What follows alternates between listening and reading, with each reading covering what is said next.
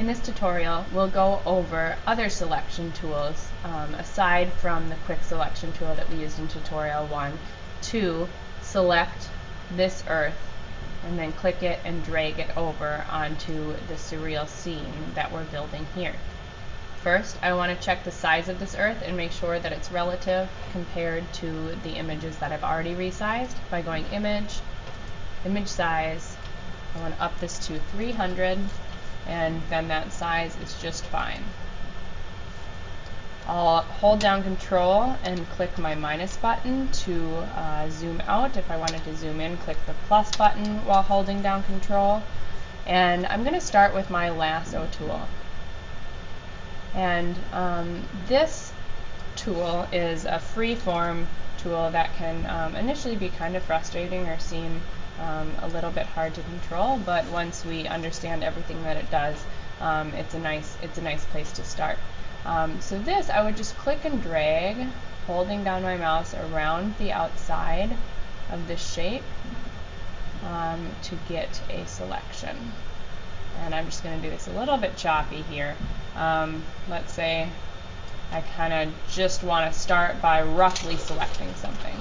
I can add to this selection by clicking up here and then choose this button, Add to Selection, right here.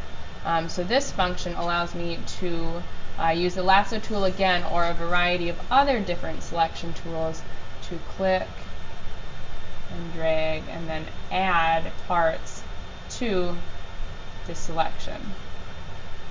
So I could start with something that wasn't quite right and then know that I can, just like the quick selection tool, zoom in and then refine it.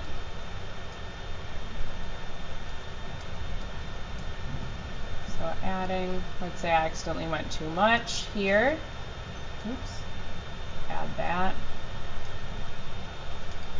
I could choose these other options like subtract from selection. I want to get rid of this part. Oops. I want to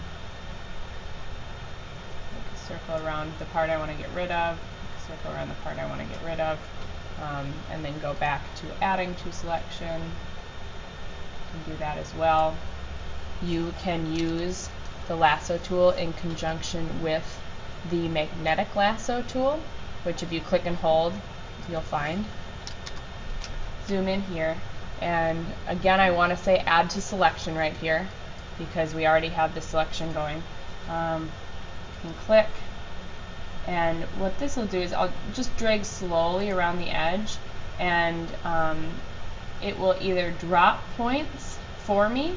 You see those little squares that are being kind of placed down along the edge as I'm going slowly, or I can drop anchor points whenever I click. So I can kind of move and click and move and click.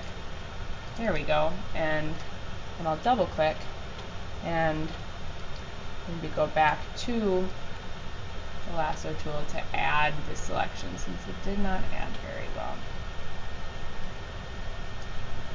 There we go. So that's a little bit about how you can use the magnetic lasso and lasso tool in conjunction to begin to form a selection.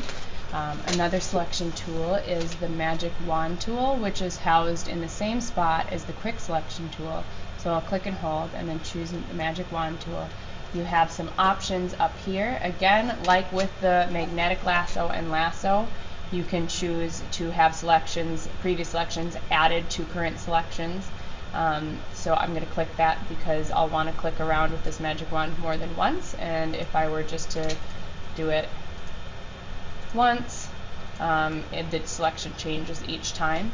So we want to choose Add to Selection, sample size of 3 by 3 average. This takes a group of 9 pixels and finds the average color or hue.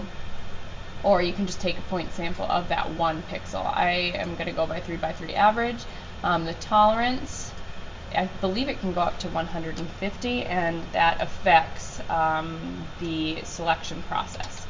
So we'll start with the tolerance at 32 and click, and that is a low tolerance. It selects a lot of this here. Let's see what happens if I bring it up to 150.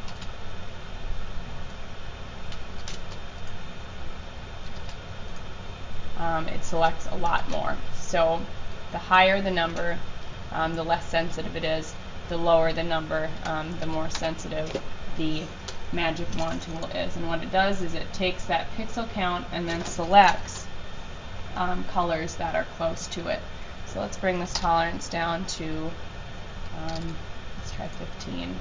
And with this, I have a very low tolerance, so it's only going to select colors very close to that 9 pixel square that my cursor selects when I click. I've clicked the outside of this here, the space, because I know that there's not a lot of black within this area. And then I can go to select and go down to inverse or shift control I. And what that'll do is it'll take what I selected and then select everything but that. So that's a way to select this globe or universe, world. I could also, let's bump up the tolerance a little bit more, just kind of begin to click in here. If that's not working, maybe bump up the tolerance a bit more. And then click all in here until all of these parts are selected. And this is a little bit more tedious. Oops.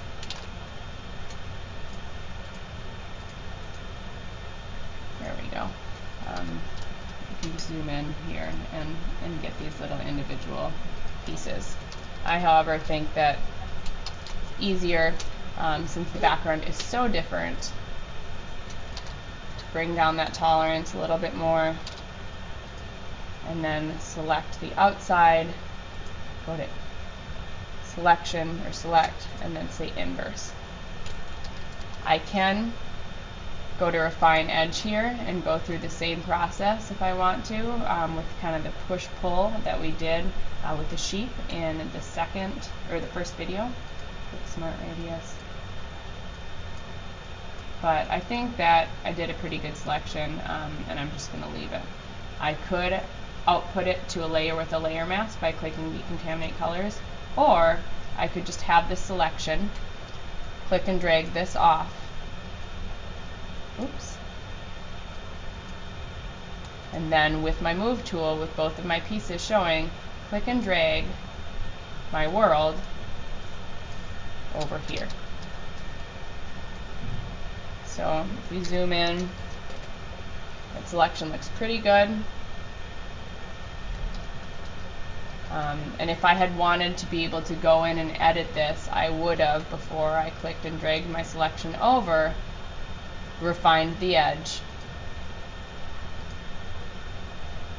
chosen Decontaminate Colors to bring it to a new layer with a layer mask, and then drug my layer with my layer mask, oops, over onto my document. So a couple different ways to go about that. Here, this world is with the layer mask. I can click onto the layer mask and paint the white in the foreground, meaning add.